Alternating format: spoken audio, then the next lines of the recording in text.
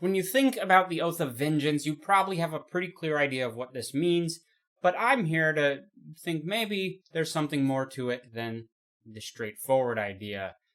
Now, if that's not a convoluted enough intro, let's get into the Oath of Vengeance.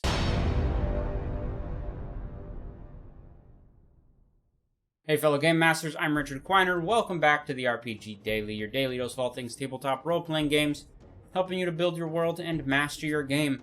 A quick reminder before we jump in, remember to subscribe to the channel, hit the bell icon so you get notified when there's new videos. Go follow me on Instagram for my Monday, Wednesday, and Friday posts.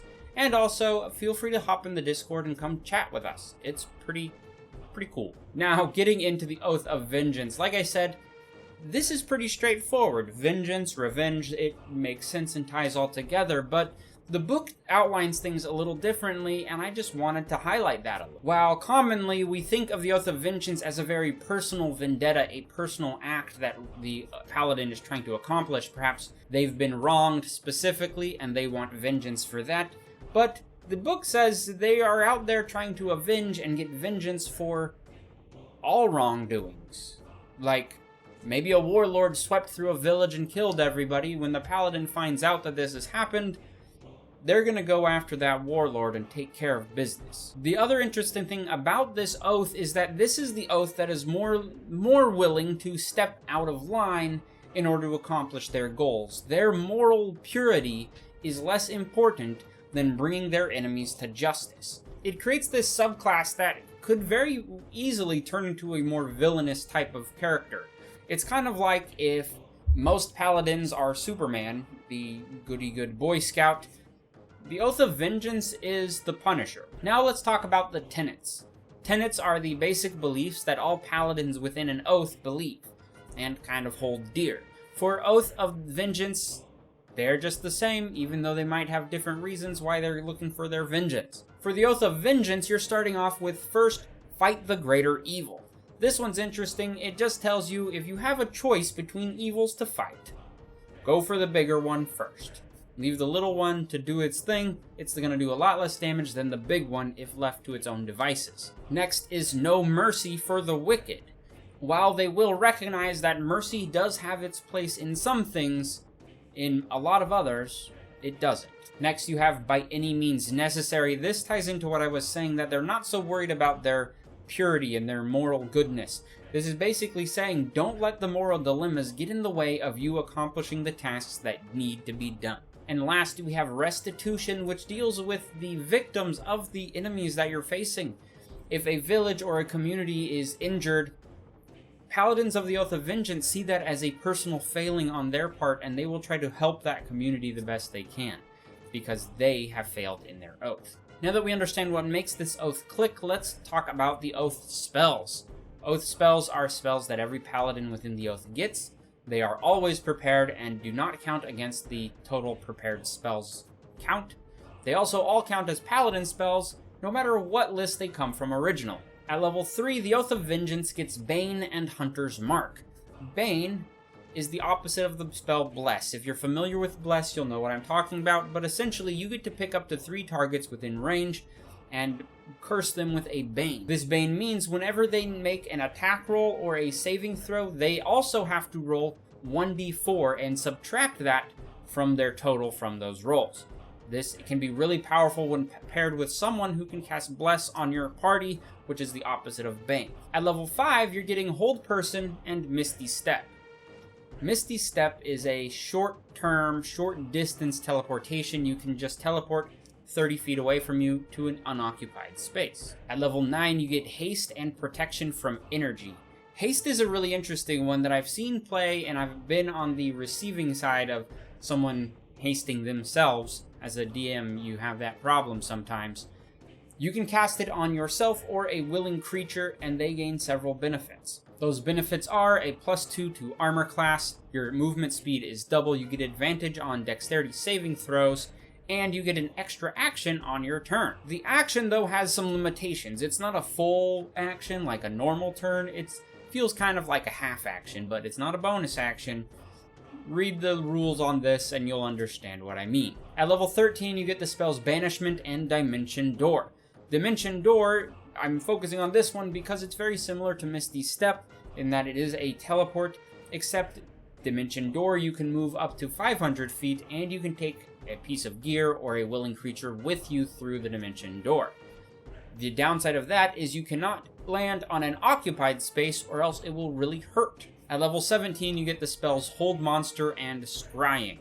I wanted to touch on Scrying because I recently experienced this for the first time in a game that I actually play in, where we got to scry a little bit. The basics behind Scrying is you get to spy on or see a creature who is on the same plane of existence that you are. That creature has to make a wisdom saving throw. There are a lot of different modifiers that go into this wisdom saving throw, depending on how well you know them, if you can get a good mental image of the creature, these sort of things that can influence by adding to the saving throw or subtracting from the saving throw of that creature. If they fail, then they are able to be scryed upon and you can kind of see what they're doing and hear what they're doing for a time. If they succeed their saving throw, though, nothing happens. Now let's talk about the Channel Divinities. At level 3, each Paladin gets some Channel Divinities. Every oath has a different pair that you have the options to choose from, and they each have their own set of rules, so make sure you read up on them. But for the Oath of Vengeance, your first one is called Abjure Enemy. In a nutshell, this is you causing your enemy to be frightened and take a couple debuffs in the process. As an action, you get to choose a creature within 60 feet of you, and they must make a wisdom saving throw. If they fail that saving throw, they are then frightened of you for the next minute. If they fail that wisdom saving throw, they are then frightened of you for 1 minute or until they take damage, whichever comes first. That frightened creature's speed is reduced to 0, and they get no bonuses of speed that they might have in any other way. If they somehow succeed at their wisdom saving throw, then their speed is cut in half. They are not frightened of you. But also, if the creature is already immune to being frightened, then this Channel Divinity just won't work. The other Channel Divinity is a tongue twister for me. It's called Vow of Enmity. Enmity. The N comes before the M in enmity.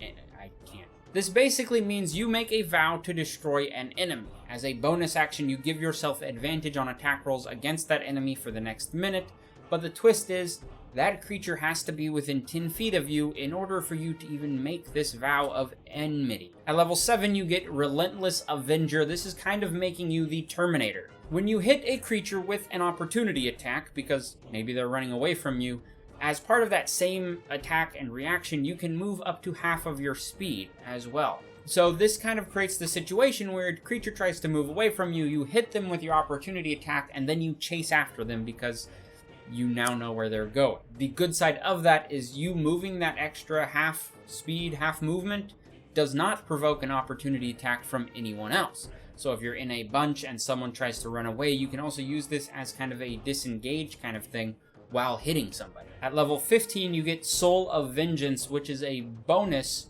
kind of extra power to your Vow of Enmity. Got it right that time. What this does is, if there is a creature under the effects of your Vow of Enmity, and they make an attack, and they are within attacking range of you, you can then use your reaction to make a melee weapon attack on that creature. Not an opportunity attack, just an extra attack. At level 20, you gain the feature Avenging Angel, which is your transformation into, yes, the Angel of Vengeance. This is really cool because as an action, you make this transformation and you gain these bonuses for the next hour. The first one being you literally grow wings and gain flying speed of 60 feet. You also then have a 30-foot radius aura of menace, similar to, I believe it was the Conquest Paladin had this aura. Any creatures who are within this aura at the start of their turn or when they first enter it must make a wisdom saving throw or be frightened by you, and any attacks against that creature then have advantage. The feature can be used once per long rest. Again, like I mentioned with the Oath of the Crown, with the Oath of the Vengeance, you can easily roleplay into a paladin making this oath when they hit level 3 starting from nothing. You can tie in the reason they would be making this oath in the early parts of the story. Maybe a village gets ransacked by some evil warlords, a la Conan the Barbarian. Something like that could turn a character into a Paladin of Vengeance. It's really up to you in that case. This uses a lot of fear, and I think it might be fun to lean into the fear factor of this oath. taking spells that might give them a little more impact when the enemy is afraid of them might make it more fun. But all in all, I think this is a fun class. It's really interesting. The Vow of Enmity is a really fun one. Having had to say that word so many times, I think I finally got the hang of it. But I encourage you, of course, to look at this story and come up with ways to make the vengeance something a little more extra. Something that's not quite as tropey and normal as I've been wronged, I'm going to get my vengeance. But I encourage you to look at the potential for revenge in an outside-of-the-box kind of scenario to make this class really interesting. Vengeance is a very simple, straight-through storyline, and I think this class could be used and manipulated to make it something more interesting and unique that maybe the players won't see coming. Maybe. Anyways, let me know what you think of this Oath of Vengeance in the comments below. I've been Richard. Thanks for watching.